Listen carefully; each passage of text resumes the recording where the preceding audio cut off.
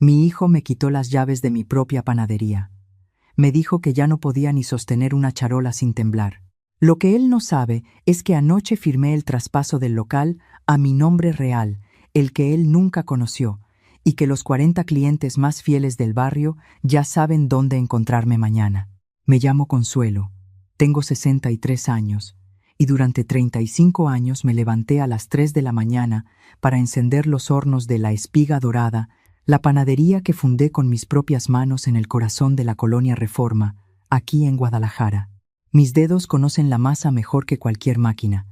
Saben exactamente cuánta agua necesita la harina en temporada de lluvias, cuándo el bolillo está a punto de reventar si no le haces la marca a tiempo, y cómo darle a la concha ese crujido que hace que la gente cruce media ciudad solo para comprar una docena. Pero según mi hijo Gerardo, yo ya no sirvo para esto. Me desperté esta mañana como todos los días, antes de que saliera el sol. El cuerpo tiene su propia memoria y el mío lleva 35 años programado para funcionar en la oscuridad. Me puse mis zapatos de suela gruesa, esos que compré hace 8 años y que ya tienen la forma exacta de mis pies. Agarré mi mandil bordado con girasoles que me regaló mi comadre Lupita y caminé hacia la puerta de mi cuarto. Giré la manija. No abrió. La giré de nuevo, con más fuerza. Nada. Estaba trabada desde afuera con algo, un mueble quizás, o una tranca improvisada. Escuché la voz de Gerardo al otro lado, hablando por teléfono en ese tono bajo y conspirador que usa cuando cree que estoy dormida. Ya está, Miriam. La puerta de su cuarto no abre. Hoy no baja a la panadería. Cuando despierte le digo que el doctor recomendó reposo absoluto. Tú ve al local y abre con la copia de la llave que saqué la semana pasada. Pon a los muchachos a trabajar con las recetas del cuaderno que fotocopié. Si alguien pregunta por ella, diles que está delicada del corazón. Miriam, mi nuera. Esa mujer que entró a esta familia hace 7 años con sonrisa de vitrolero y que desde entonces ha ido mordiendo pedazos de mi vida como rata en costal de harina. Primero fue la cuenta del banco. Suegra, mejor ponga a Gerardo de titular para que él le ayude con los depósitos. Luego fue el carro. Suegra, usted ya no debería manejar, le puede dar un mareo. Después fueron los proveedores. Suegra, ya no se moleste en ir al molino. Nosotros nos encargamos. Y ahora, las llaves de mi panadería. Me senté en la orilla de la cama. No temblé de miedo. Temblé de coraje, que es muy distinto. El miedo te encoge, el coraje te estira, te pone los músculos duros y la mente clara como agua de manantial. Respiré hondo. El aire de mi cuarto olía a pan dulce, porque estas paredes llevan décadas absorbiendo ese aroma y ya no lo sueltan ni con pintura nueva. Ese olor me recordó quién soy. Soy la mujer que sacó adelante a 2 hijos sola, cuando mi esposo Tomás murió aplastado por un camión de carga en la carretera a Chapala. Mi hijo Gerardo tenía 9 años y mi hija Rosario tenía 6. No teníamos nada. La panadería era un local vacío con un horno de leña que no servía y una deuda que me quitaba el sueño. Pero yo tenía mis manos y la receta de mi abuela, la receta del pan de muerto que hacía llorar de nostalgia a quien lo probara, con su naranja, su anís y su mantequilla de rancho. Con esa sola receta empecé. Vendía en la banqueta, en canasta, casa por casa. La gente del barrio me fue conociendo, me fue queriendo, me fue comprando. En 5 años ya tenía horno industrial, 3 empleados y una vitrina llena de 40 variedades.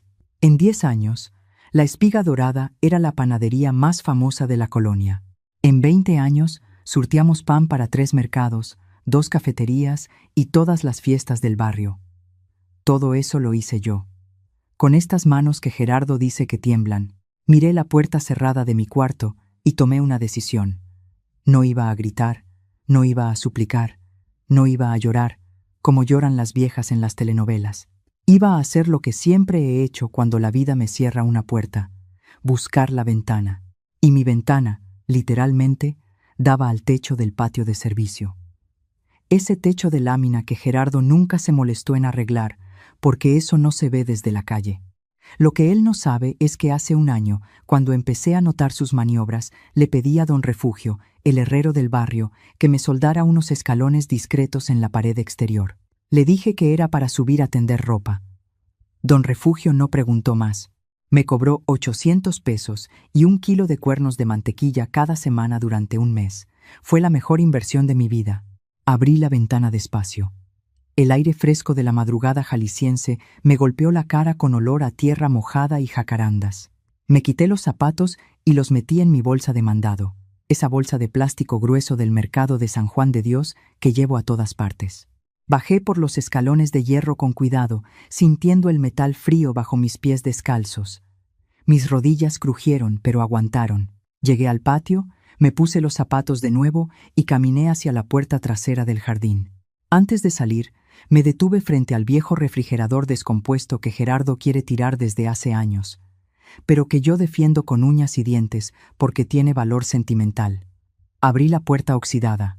Adentro, envueltos en una bolsa de tela entre los anaqueles vacíos, estaban los documentos que había preparado durante los últimos 6 meses.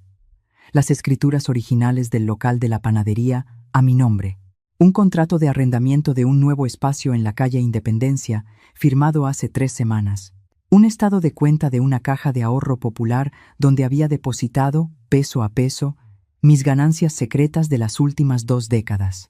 2.400.000 pesos que Gerardo nunca supo que existían, porque él solo revisaba la cuenta del banco donde yo depositaba lo justo para pagar gastos.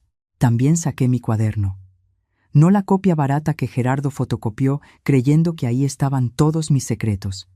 Mi cuaderno real, el de pasta dura color vino, con las hojas manchadas de manteca y chocolate, donde tengo escritas las 127 recetas originales de La Espiga Dorada, incluyendo las 20 que nunca le enseñé a nadie. Las recetas que hacen que la gente vuelva, las que Gerardo y Miriam jamás podrán replicar, porque no basta con leer los ingredientes. Hay que sentir la masa, hay que escuchar el horno, hay que tener 35 años de conversación con la levadura. Salí por la puerta del jardín hacia el callejón de atrás. Eran las 4:30 de la mañana. La ciudad todavía dormía, pero yo estaba más despierta que nunca. Caminé 3 cuadras hasta la avenida principal, donde ya me esperaba un taxi que había pedido la noche anterior desde el teléfono de Don Refugio. El taxista era Beto, un muchacho que creció comiendo mis galletas de animalito cuando su mamá lo dejaba en la panadería mientras ella iba a limpiar casas. Ahora tiene 28 años, bigote ralo y un suru destartalado que suena como licuadora, pero es de confianza absoluta. Doña Consuelo, ¿a dónde la llevo? A la calle Independencia, Beto, número 34. Y si alguien te pregunta, no me viste. Usted no existe, doña. Como siempre. El suru avanzó tosiendo por las calles vacías de Guadalajara mientras el cielo empezaba a ponerse rosa por el oriente. Miré por la ventana las fachadas de las casas que conozco de memoria, los árboles que vi crecer, las banquetas donde mis hijos aprendieron a caminar. Sentí un nudo en la garganta, pero lo deshice rápido. No, era momento de nostalgia, era momento de estrategia. Llegamos al número 34 de la calle Independencia. Era un local comercial de esquina, con ventanales amplios y un letrero viejo de una tintorería que había cerrado hace meses. Por fuera no parecía gran cosa, pero yo vi lo que otros no podían ver. Vi la ventilación perfecta para hornos industriales, vi el espacio suficiente para 3 mesas de amasado, vi la esquina donde pondría la vitrina con luz cálida que haría brillar el pan como oro, vi la banqueta ancha donde la gente haría fila sin estorbar el paso. Vi mi nueva panadería. Abrí con mi llave. El local olía a solvente y a piso recién lavado. Hacía 2 semanas que mandé limpiarlo a fondo con dinero de mi caja de ahorro. El piso de mosaico estaba reluciente. Las paredes pintadas de blanco esperaban decoración, y al fondo, cubiertos con lonas de plástico, estaban mis nuevos hornos. 2 hornos de convección que compré usados, pero en perfecto estado a un panadero de Tonalá que se jubiló. Los conseguí a mitad de precio porque le prometí enseñarle a su nieta la receta de las empanadas de calabaza. Me até el mandil de girasoles. Destapé los hornos. Acaricié el acero con mis dedos, sintiendo su frialdad lisa, prometiéndole que pronto estaría caliente y lleno de vida. Encendí los pilotos. La llama azul brotó con un suspiro, como si el horno hubiera estado esperándome. Y entonces me puse a trabajar. Saqué la harina que tenía almacenada en costales. la mantequilla que guardaba en una hielera industrial, los huevos que había comprado la tarde anterior en el mercado de abastos.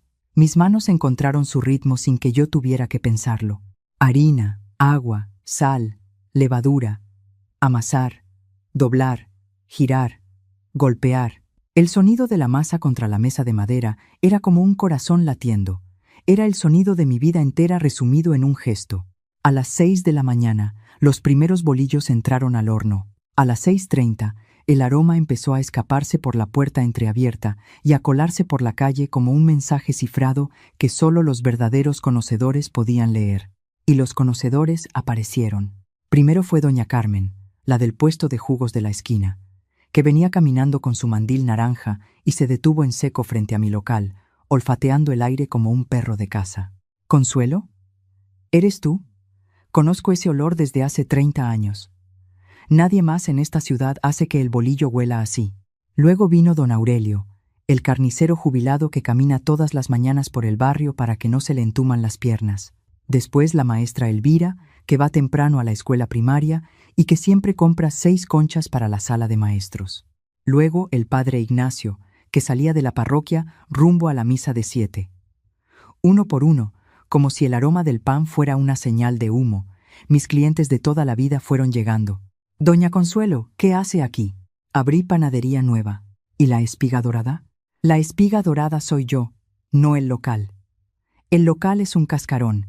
Lo que ustedes buscan sale de estas manos». Para las 9 de la mañana ya había vendido 200 piezas. No tenía vitrina bonita, ni letrero, ni bolsas con logotipo. Despachaba el pan en servilletas de papel desde una mesa plegable junto a la puerta. Pero la gente no compra envoltura, compra sabor y confianza. Y esas 2 cosas las tengo de sobra. Fue entonces cuando sonó mi teléfono. El teléfono viejo de teclas que compré en una farmacia Guadalajara y que solo tienen este número 5 personas en el mundo. Era Rosario, mi hija menor, la que vive en León y que trabaja como contadora en una fábrica de zapatos. La única de mis hijos que salió con el corazón derecho. «Mamá, Gerardo me llamó histérico. Dice que te escapaste de la casa, que estás desvariando, que quiere llevarte al doctor para que te hagan una evaluación psiquiátrica. Dice que Miriam fue a abrir la panadería y que los clientes están preguntando por ti. ¿Estás bien?» «Estoy mejor que nunca, mi hija. Estoy haciendo pan». «¿Dónde?» «En mi nueva panadería. La que compré yo solita mientras tu hermano pensaba que estaba viendo telenovelas». Se hizo un silencio. Luego escuché algo que me llenó el pecho de calor. Rosario se estaba riendo. Una risa limpia, fuerte, orgullosa. «Ay, mamá, voy para allá. Llego en 3 horas.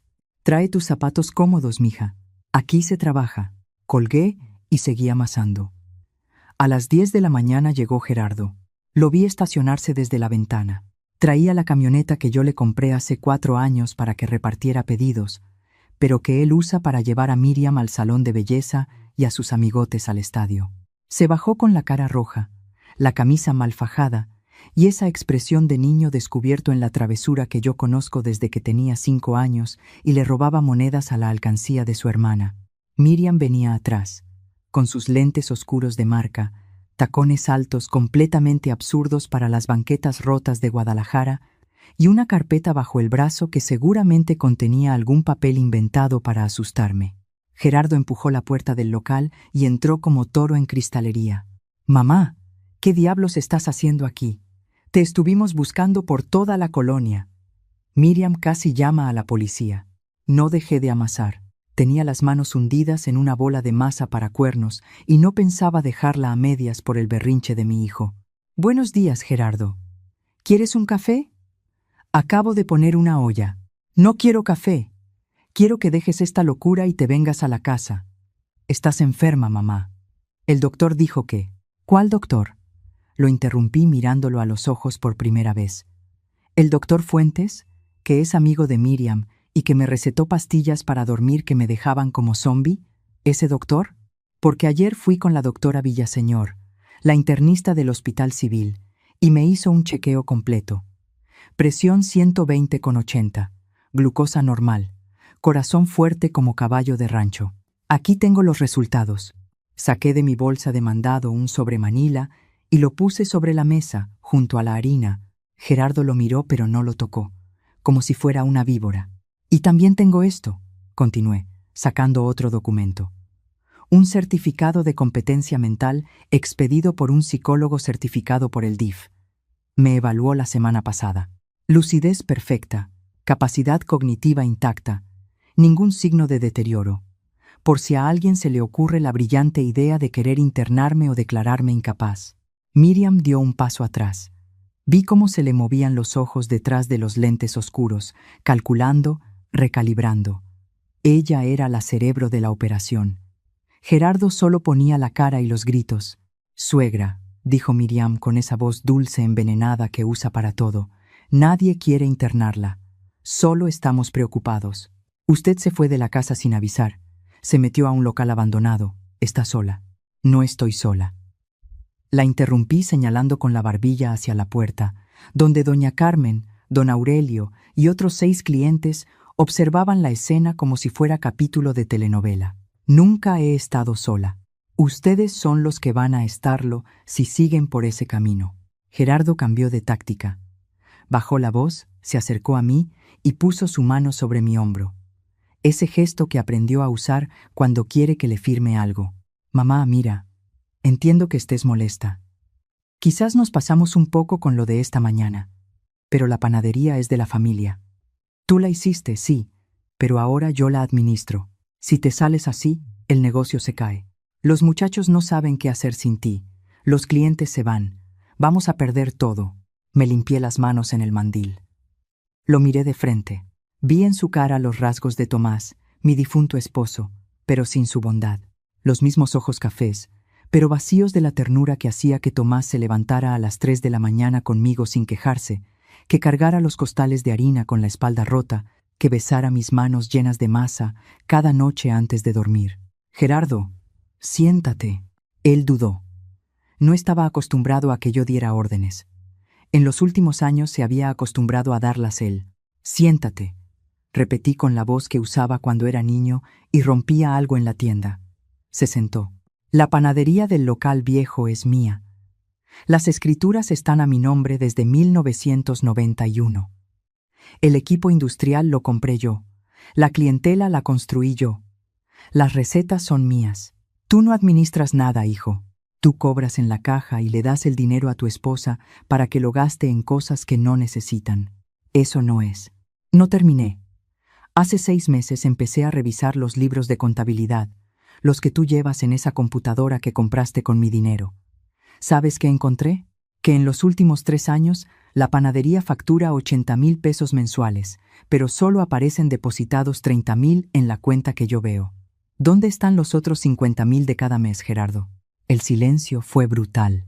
Podía escuchar el zumbido del horno y el murmullo de los curiosos en la puerta. Miriam se quitó los lentes oscuros. Sus ojos estaban duros como piedra, pero vi el pánico debajo.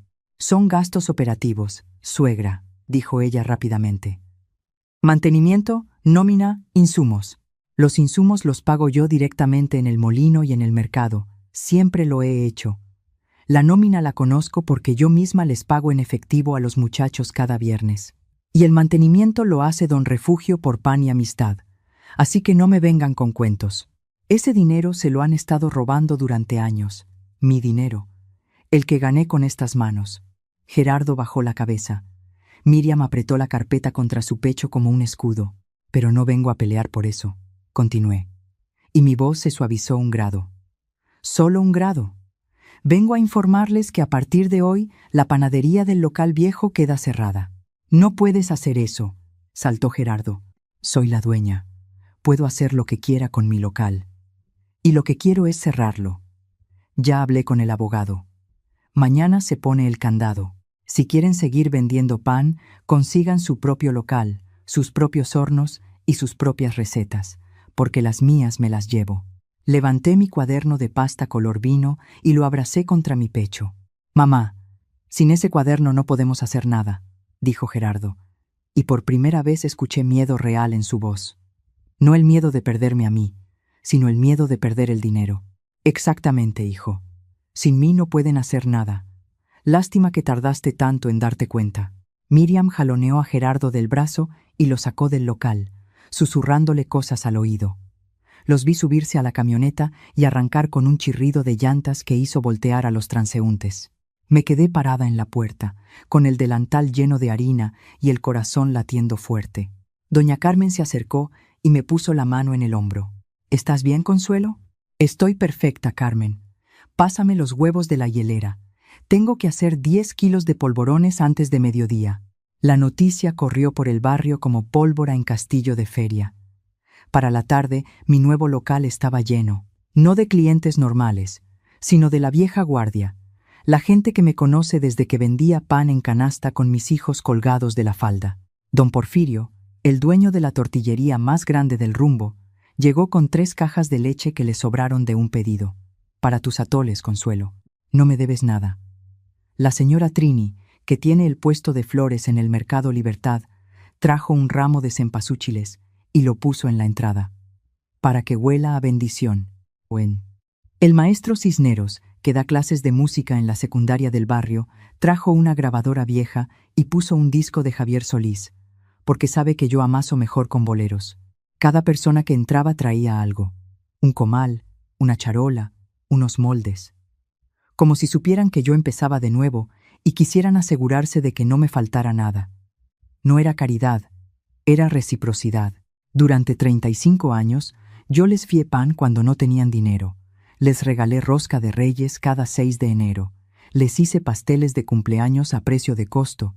Y cuando el terremoto del 85 sacudió la ciudad, abrí la panadería gratis durante una semana para que la colonia comiera. La gente no olvida esas cosas. Gerardo piensa que el mundo se mueve con dinero y contratos. Yo sé que se mueve con pan y confianza.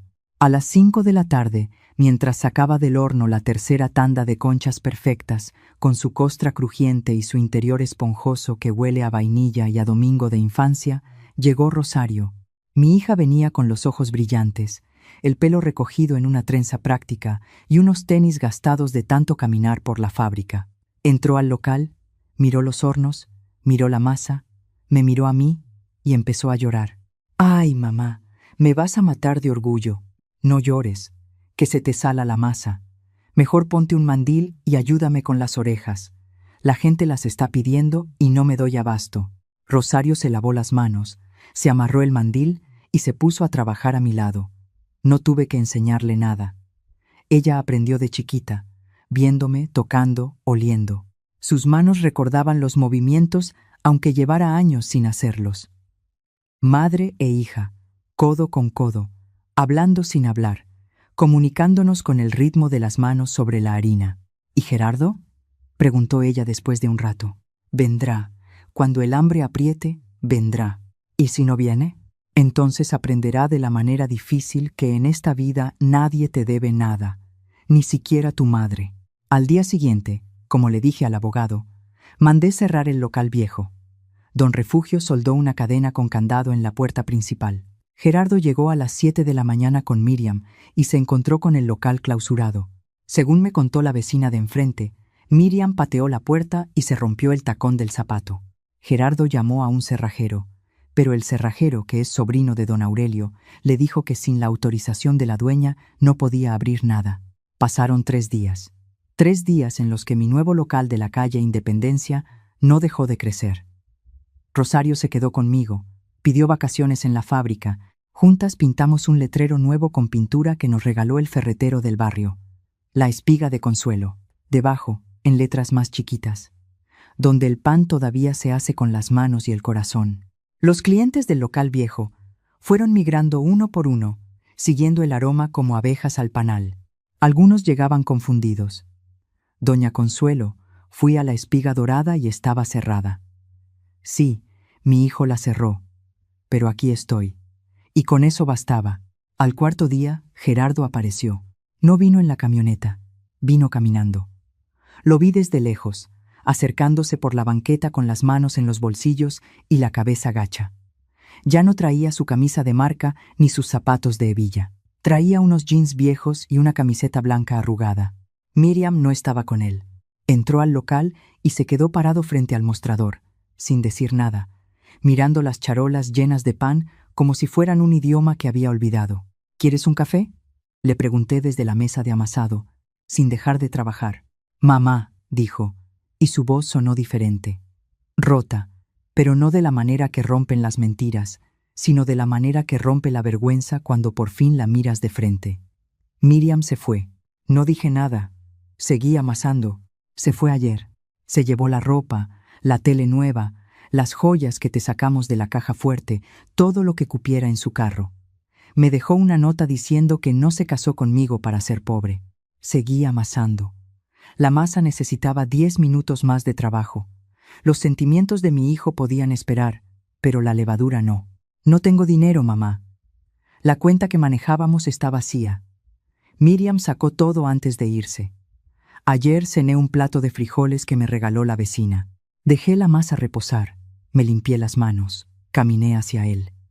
Lo miré de cerca. Tenía los ojos hundidos y olía a ropa sin lavar.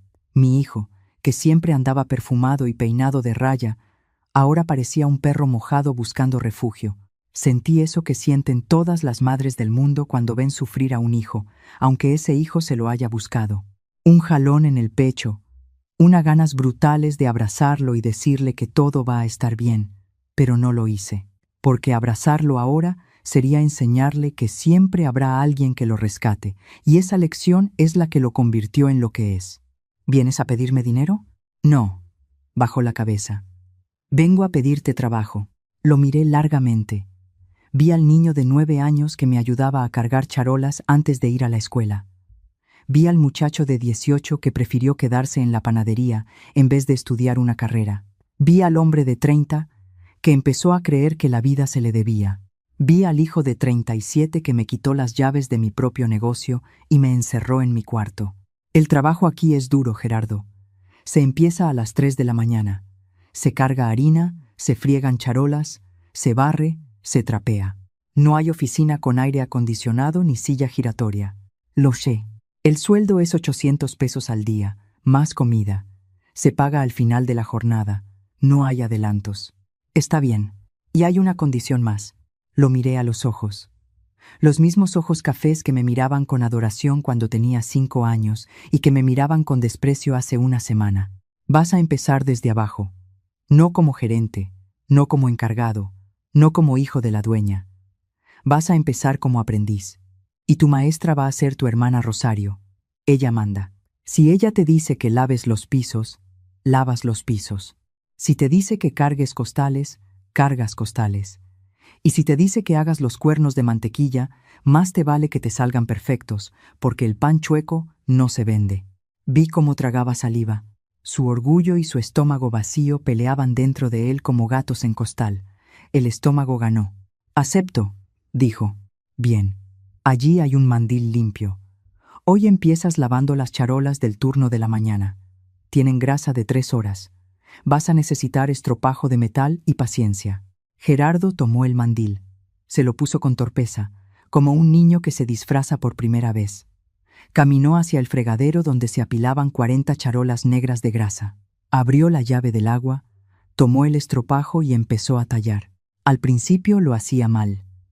Tallaba con fuerza pero sin técnica, salpicando agua por todos lados, rascando la superficie sin quitar la grasa del fondo. Rosario se acercó. Así no, Gerardo. Mira. Le quitó la charola con suavidad y le mostró el movimiento. Circular, firme, constante.